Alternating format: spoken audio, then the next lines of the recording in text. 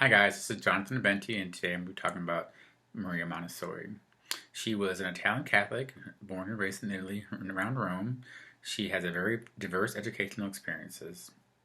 She attended technical school, she studied engineering, and she also studied medicine and became a doctor of medicine. She was a lecturer and she was a very published author, and she was published in 11 different languages.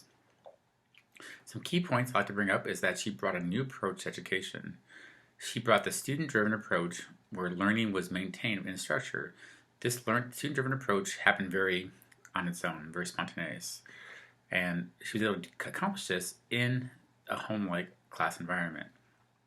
Montessori believed that a home-like class environment was healthy for children because it helped them feel more secure emotionally, and that they were able to really engage in their learning.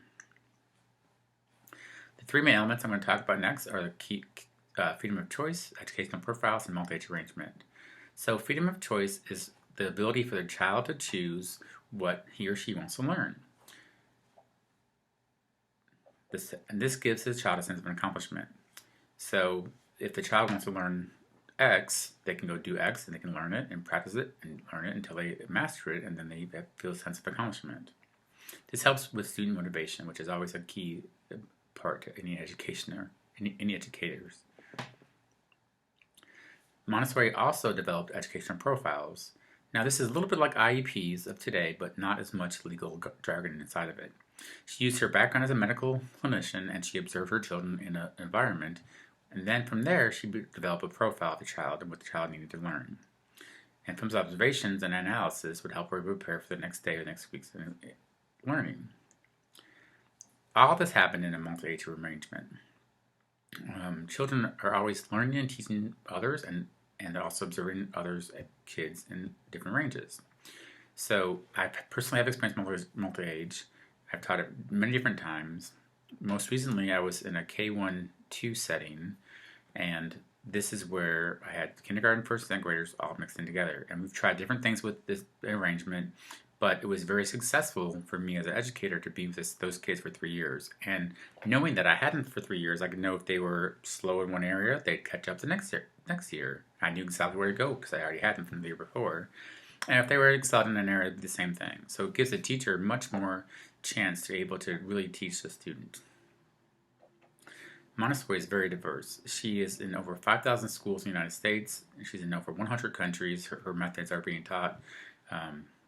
So she's very diverse. A lot of her initial studies she found out were on mentally ill, or what they call it in the book, children who might have been go to an insane asylum.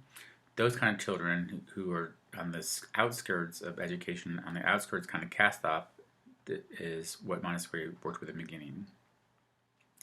Montessori believes in multiple intelligences. She allows for the teacher to tap into these different intelligence languages that are found in the students. So with multiple intelligences, this is where it's not just verbal or kinesthetic. There's other ones like music and just other ones. So this gives it the chance to create a more diverse learning environment. Now, of course, Montessori faced some opposition. Dewey and Kilpatrick were one of the ones who were most verbal about opposition to her. They both criticized Montessori for being too rigid, and then they criticized her for being too flexible in her methods. So this leads me to believe that maybe they were not criticizing her and her methods, but maybe they could have been rooted in some gender biases, because Montessori was one of the first women, earlier I've already said, in Italy to go into school, medical school, become a woman doctor, those kind of things. So this is very common for that time era, that she could be opposed because she's a woman. The last thing I'm going to leave you with is I believe that Montessori was a teacher leader. She believed that the teacher was more of a guide. She didn't even call her teachers in her school. But they were more of a guide or as a coach. They weren't like the sage on the stage or the dictator. They were just guiding the students in their learning. So the goal is to serve what's best for the child and not for the teacher. And that's what I believe Montessori did. I think there's a lot of things we can learn from her. Thank you.